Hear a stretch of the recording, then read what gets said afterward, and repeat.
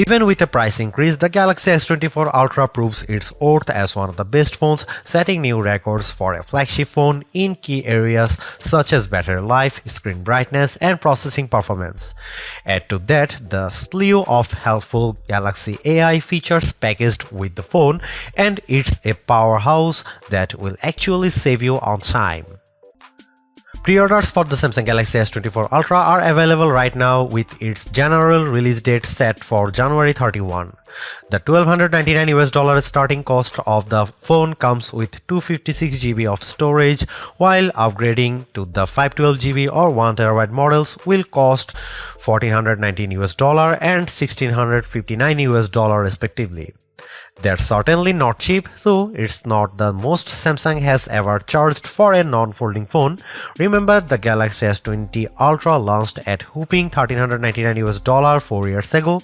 Still, that's probably little comfort to someone in the year, and now trying to justify paying $100 more for the Galaxy S24 Ultra over the iPhone 15 Pro Max. Samsung Galaxy S24 pre-order deals take some of the sting out of the Ultra's price, with Samsung offering an upgrade to the next tier of storages at no extra cost.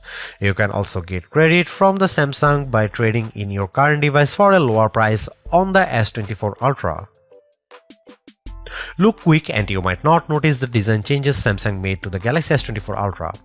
Most notably, the new model ditches its predecessor's armor aluminum frame for a titanium one, which bolsters durability and in this case leads to a lighter package as well.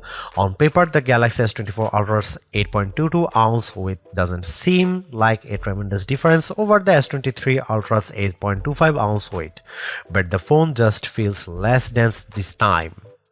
Another change pertains to the end of an era for the series, its curved screen. I am on the fence about this change because the curved screen of past Ultras gave the phone this sleek looking aesthetic. Instead, the S24 Ultra adopts a flat display that hugs the edge of the titanium frame. Samsung's reasoning for this change pertains to the S Pen. The flatter panel makes it less likely for the stylus to fall over the edge. But then again, I end up using a case with my older curvier Galaxy S Ultra that prevents this such thing from happening. The last and subtle change involves 42% slimmer bezels according to Samsung's math. I only see it with the bottom portion at the display, since the rest of the bezels appear very similar to the Galaxy S23 Ultra. One of the disappointments that will probably go under the radar is how there is no significant change to the S Pen. I was really hoping for Samsung to add something new to the fold here, seeing that the S Pen is one of the features that makes the Ultra distinctively different from everything else. Overall, I don't love or hate the design, but at least there are far more color options to choose from versus other phones, like the titanium violet version of my review unit. On top of that, there are several cases at launch that sprinkle more utility to the phone, like the preview window of the S-View wallet case. Over the years, I have been less concerned about the resolution of a flagship's display, mainly because today's QHD Plus resolution is more than adequate. That's exactly what the Galaxy S24 Ultra is packing, a 6.8-inch QHD Plus dynamic AMOLED 2X display that is rich in detail, offers outstanding viewing angles and vibrant colors that makes YouTube trailers like Furiosa jump out at me as I watch it. But of course, all that wouldn't mean much if the new doesn't beat its predecessor in the brightness department. Samsung's no different with the Galaxy S24 Ultra, which the company claims to have a rated brightness of 2600 nits. I am never one to believe the hype because these ratings often don't reflect their true-to-life behavior, which is why I place more emphasis on our actual testing. This is where it gets interesting because the Galaxy S23 Ultra reached a peak brightness output of 1225 nits. In our display benchmark testing, it's an improvement to 1353 nits with the Galaxy S24 Ultra in our testing when displaying HDR content. That's fantastic, and I didn't have any issue watching YouTube clips or playing my mobile games outside with direct sunlight beating down on me. Samsung kept the S24 Ultra's display refresh rate to 1 to 120 Hz, which is what I expect from a flagship today. Still, Samsung missed an opportunity to increase that refresh rate to perhaps 144 Hz to further differentiate itself. I am well aware of Samsung's history of throwing novel features into its phones. Remember the eye scrolling feature of the Galaxy S4? I wouldn't think so, which proves my point that sometimes hyped features don't turn out memorable. There's very little doubt of AI permeating into everything in our lives, our phone included, which is why Samsung's taking a proactive approach in giving its users access to new capabilities with Galaxy AI. Strangely enough, many of these AI-assisted features are in collaboration with Google, which raises the question of who's really making the innovations here. There is also a possibility that these AI features could change with Samsung's website disclaimer saying Galaxy AI features will be provided for free until the end of 2025 on supported Samsung Galaxy devices. Different terms may apply for AI features provided by third parties. I have been able to test out all of the included Galaxy AI features on the Galaxy S24 Ultra, and here's what I think. Without question, the biggest controversy circling the Galaxy S24 Ultra centers around Samsung's decision to ditch the 10x optical zoom camera of the S23 Ultra for a 5x optical one. That one key spec will cause people to think the new camera setup is technically inferior, but bear in mind that Samsung trades in the optical range for a higher resolution sensor, a 50 megapixel sensor instead of a 10 megapixel one to be specific. The Galaxy S24 Ultra remains a formidable camera phone consisting of a main 200 megapixel camera boasting 60% larger pixels, a 12 megapixel ultra-wide camera, a 10 megapixel telephoto lens with a 3x optical zoom, and that new 50 megapixel telephoto camera with a 5x optical zoom we mentioned above. That camera can still offer 10x zooms by taking a picture and then zooming in as the resolution drops to 12 megapixel. Samsung says that this approach on the S24 Ultra can deliver the same optical quality performance as its predecessor, which doesn't surprise me.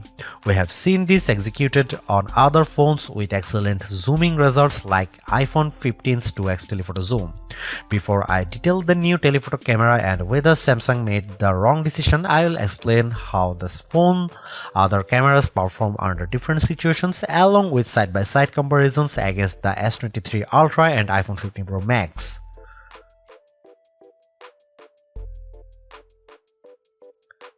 Starting with the main camera, I can't see much change over the S23 Ultra. Details are plentiful, colors are vivid, and the S24 Ultra's HDR performance does nicely to even out the highlights and shadows. I'm perfectly fine with these results, but in the back of my mind I was hoping for a wider separation from last year's model. Compared to the iPhone 15 Pro Max, it comes down to personal preference. In the shot of the outside auto forum, the iPhone's HDR performance is at peak display when I look how the wooden panels of the front doors pop up out more. The S24 Ultra also appears to have a colder color temperature as well. Here are some camera samples and you can see it.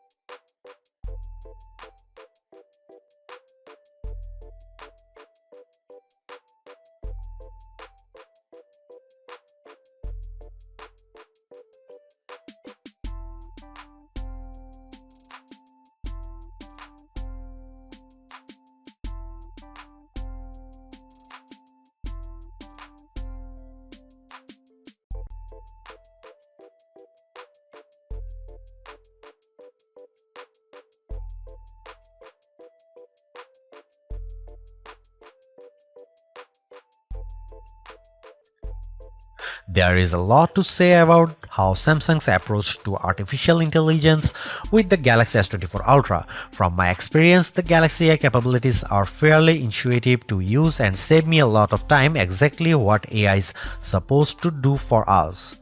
Features such as circle to search, generative edit, instant slow-mo, and note assist all feel polished, while others such as live translate could benefit from more machine learning.